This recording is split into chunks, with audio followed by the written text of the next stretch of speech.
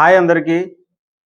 ఎప్పుడైనా ఇంజెక్షన్ చేయించుకున్నప్పుడు గడ్డ కట్టడం అనేది గమనించారా? ఇంజెక్షన్ చేయించుకున్న తర్వాత ఏం జరుగుతుందంటే, ఇంజెక్షన్ ఇచ్చిన తర్వాత ఇంజెక్షన్ చేసిన మందు అనేది కండరాల్లోకి వెళ్తుంది.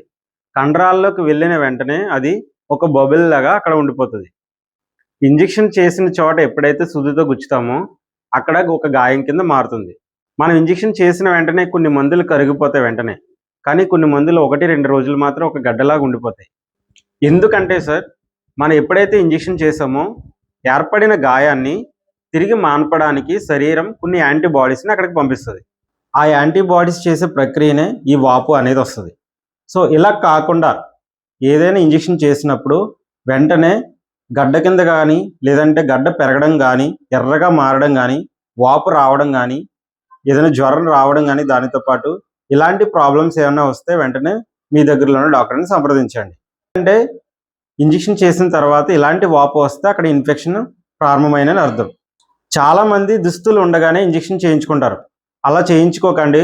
ఒకవేళ దుస్తులతో ఇంజెక్షన్ చేయించుకుంటే కనుక ఆ ఉండే దారపు పోగు లోపలికి వెళ్ళి ఇన్ఫెక్షన్ అయ్యే అవకాశం ఉంటుంది.